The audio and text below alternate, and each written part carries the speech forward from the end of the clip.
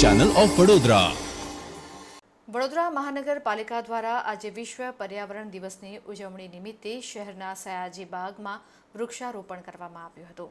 આ પર્યાવરણ દિવસની ઉજવણીમાં ખાસ ઉપસ્થિતિમાં ગુજરાત વિધાનસભાના મુખ્ય દંડક બાલકૃષ્ણ શુક્લ, મેયર પિંકી સોની, સ્થાયી સમિતિના અધ્યક્ષ ડોક્ટર શીતલ મિસ્ત્રી, કમિશનર દિલીપ રાણા, સાંસદ ડોક્ટર હેમાંગ જોશી, સયાજીગંજ વિધાનસભાના ધારાસભ્ય કેયુર રોકડિયા તથા ડેપ્યુટી મ્યુનિસિપલ કમિશનર અર્પિત સાગર, કાઉન્સિલરો, હોદ્દેદારોની ઉપસ્થિતિમાં વિશ્વ પર્યાવરણ દિવસની ઉજવણી કરવામાં આવી હતી।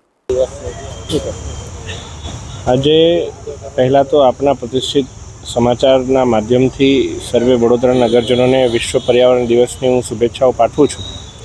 અને જેવું કે આપણે સૌને ખબર છે કે પ્રકૃતિ એ હર હંમેશ વડોદરાની સંસ્કૃતિ રહી છે અને આ જ પ્રકૃતિની માવજત કરવી એ આપણા સૌ જીવ માત્રની ફરજ છે। વડોદરાના નાગરિક તરીકે આપણી વડોદરાની અંદર હરિયાળું વડોદરા કઈ રીતે બને એ માટેની આપણી ફરજ છે।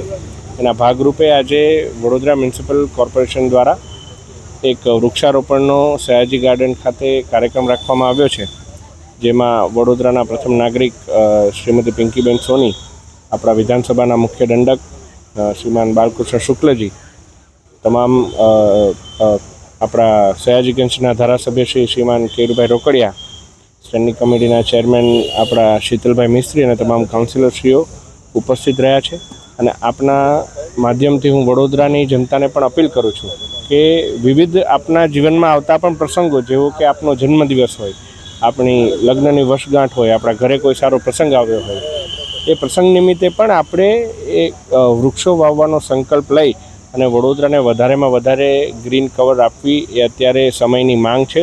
કારણ કે આપણને ખબર છે કે આ વખતે જે કાળઝાળ ગરમી આપણે સહન કરી રહ્યા છે અને એને કારણે જે પ્રકારે લોકોના આરોગ્યમાં પણ એનો પ્રભાવ પડી રહ્યો છે, આપણે સૌએ આ બાબતે વિશેષ કાર્ય કરવાની જરૂર છે। આજે વિશ્વ પર્યાવરણ દિવસ અને આજે 5 જૂને સૌએ સંકલ્પબદ્ધ થવાનો દિવસ। જે રીતે આ વર્ષે ગરમીનું પ્રમાણ અચાનક જ બધાના ધ્યાન પર આવ્યું છે, ખૂબ મોટા પાયે ગરમી આખા દેશમાં પડી રહી છે, અલગ અલગ શહેરોમાં પડી રહી છે। આની સામે જો પર્યાવરણને રક્ષણ આપવામાં આવે તો જ આ ગરમીથી આપણને છુટકારો મળે એમ છે। એટલે હું આ વિશ્વ પર્યાવરણ દિવસે સૌને અપીલ કરું છું કે આપ આપના આ ચોમાસામાં ઘર પાસે, રોડના ડિવાઈડર પર અથવા તો ફૂટપાથ પર કોઈપણ જગ્યા પર એક ઝાડ ઉછેરવું જોઈએ। જરૂર પડે તો ટેરેસ ગાર્ડન પણ આપે બનાવવું જોઈએ અને એના માધ્યમથી આ ગરમી સામે રક્ષણ મળી શકે એમ છે।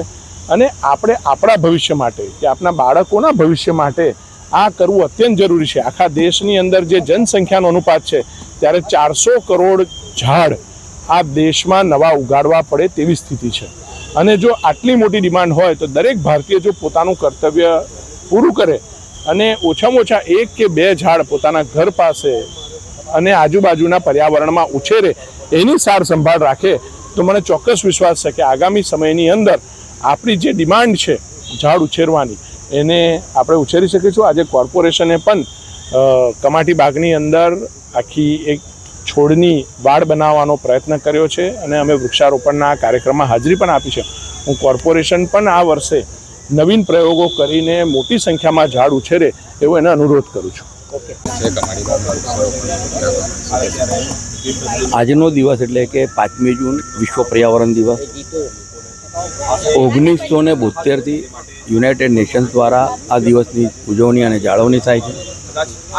આ વર્ષની જે થીમ છે એ થીમ છે કે જમીનની જાળવણી કરીએ અને આપણું ભવિષ્ય સુધારીએ। આ થીમ પર જ્યારે આખા દુનિયામાં આ પ્રકારના કાર્યક્રમો થઈ રહ્યા છે ત્યારે વડોદરા શહેરમાં પણ આપણે જોયું કે કમાટી બાગ ખાતે કે એક એવું બગીચો મહારાજા સયાજીરાવ ગાયકવાડે જનતા માટે બનાવ્યો હતો 100 એકરથી પણ મોટો, કે જેના કારણે વડોદરાના નાગરિકો આજે પણ આનો ઉપયોગ કરી રહ્યા છે। ત્યારે આજના આ કોર્પોરેશન દ્વારા ઉજવવાની થયેલી આ કાર્યક્રમમાં વડોદરાના મેયરશ્રી, સાંસદશ્રી, ધારાસભ્યશ્રીઓ અને સાથે ચેરમેનશ્રી અને ચૂંટાયેલા પ્રતિનિધિ સાથે સાથે અધિકારીઓ પણ ઉપસ્થિત રહ્યા છે, નાગરિકો પણ ઉપસ્થિત રહ્યા છે અને વૃક્ષારોપણનો કાર્યક્રમ હાથ ધરવામાં આવ્યો છે। આગામી સપ્તાહમાં એટલે કે વરસાદ આવ્યા પછી પૂરજોશમાં આ કાર્યક્રમો હાથ ધરાશે। ત્યારે આપના માધ્યમથી તમામ વડોદરાવાસીઓને પણ વિનંતી કરું છું કે આપના વિસ્તારમાં જ્યાં જ્યાં પણ આપણે ખુલ્લી જગ્યા દેખાય તે આપણે વૃક્ષારોપણ કરીએ અને આપણે વૃક્ષારોપણ કરવા માટેની જે પણ જરૂરિયાત હશે, એટલે કે વૃક્ષોથી માંડીને એના બીજી પણ કોઈક જરૂરિયાત હશે તો આપ આપના વિસ્તારના ચૂંટાયેલા સ્થાનિક કાઉન્સિલરોને કહેશો તો તમામ વ્યવસ્થા સુવિધાઓ કોર્પોરેશન તરફથી પૂરી પાડવામાં આવશે. એ રીતે આજે પર્યાવરણનો દિવસ છે, વૃક્ષારોપણ કર્યું. આજે વિશ્વ પર્યાવરણ દિવસ છે. દુનિયામાં ગ્લોબલ વોર્મિંગની ચિંતા થઈ રહી છે, ત્યારે વૃક્ષ આપણું જતન કરી શકે એ ધ્યેયથી વડોદરા મહાનગર કોર્પોરેશન દ્વારા આજે સયાજી ગાર્ડન, શંકર ગાર્ડનની સામે જે નવું પ્લેગ્રાઉન્ડ બનાવ્યું છે ત્યાં એક ટ્રી પ્લાન્ટેશન ડ્રાઈવનું આયોજન કરવામાં આવ્યું છે. આજના કાર્યક્રમમાં ઉપસ્થિત એવા ગુજરાત સરકારના દંડક શ્રી બાળુભાઈ શુક્લાજી, મેયર માનનીય શ્રીમતી પિંકીબેન સોની, ધારાસભ્ય કેયુરભાઈ રોકડિયા, સાંસદ હેમાંગભાઈ જોશી તથા સર્વે કાઉન્સિલર, અધિકારી મિત્રો એ ભેગા થઈ અને આજે આ ટ્રી પ્લાન્ટેશનનું આયોજન કર્યું છે. બુદ્ધા બાંબુ લગભગ 50 કરતાં વધુ વાવી અને એક બાયો ફેન્સિંગ કે આ ઝાડ 12 ફૂટ જેટલા ઉગતા હોય છે, ખૂબ સુંદર દેખાતા હોય છે. એની સામે જ ખૂબ અદ્યતન પ્રકારનું ચિલ્ડ્રન પ્લે એરિયા બનાવવામાં આવ્યો છે, જે વડોદરા કોર્પોરેશન સયાજી ગાર્ડન પર વિશેષ ધ્યાન આપી રહી છે. વિશ્વ પર્યાવરણ દિવસ નિમિત્તે વડોદરાના અલગ અલગ એરિયા, ખાસ કરીને ગોત્રી ગાર્ડનના પાર્કમાં, કમલાનગર પાર્કમાં, મહાવીર 4 રસ્તા પાસે પ્લાન્ટેશન કરી અને પ્લાન્ટેશન ડ્રાઈવની શરૂઆત કરવામાં આવી છે. આવનારા સમયમાં ચોમાસું બેસનાર છે, ત્યારે વરસાદની સિઝનમાં પ્લાન્ટનો સર્વાઈવલ રેટ સારો હોય છે. આથી આપના માધ્યમથી તમામ નાગરિકો, તમામ એનજીઓને અપીલ કરું છું કે વડોદરા શહેર પાસે ઘણા બધા ગ્રીન બેલ્ટ છે, ઘણા બધા ગાર્ડન ડેવલપિંગ થઈ રહ્યા છે. 100 કરતાં વધુ ગાર્ડનોના ડેવલપમેન્ટ ચાલી રહ્યા છે. તો આવો આપણે સૌ ભેગા થઈ અને વૃક્ષો વાવીએ અને વડોદરાને વધુ ગ્રીન બનાવીએ. આજે વડોદરાની ધરતીમાં 17.2% જેટલા એરિયા પર વૃક્ષો છે. આવનારા સમયમાં લગભગ 33% જેટલા એરિયા પર વૃક્ષો વવાય અને જે પર કેપિટા રેશિયો છે ઝાડનો એ ધીરે ધીરે વધારતા જઈએ. કમસે કમ દરેક વ્યક્તિ 4-5 ઝાડ વાવે તો મને એવું લાગે છે કે વડોદરાને આપણે વધુ ગ્રીન, વધુ રમ્ય, વધુ સુંદર, વધુ હેલ્ધી અને કહેવાય કે ગ્લોબલ વોર્મિંગથી જે સિમેન્ટના જંગલો છે એમાં આપણને રક્ષણ, ઇન્ડસ્ટ્રીયલાઇઝેશન અને સિમેન્ટના જંગલમાંથી રક્ષણ આપવાનું કામ ફક્ત વૃક્ષો જ કરી શકે.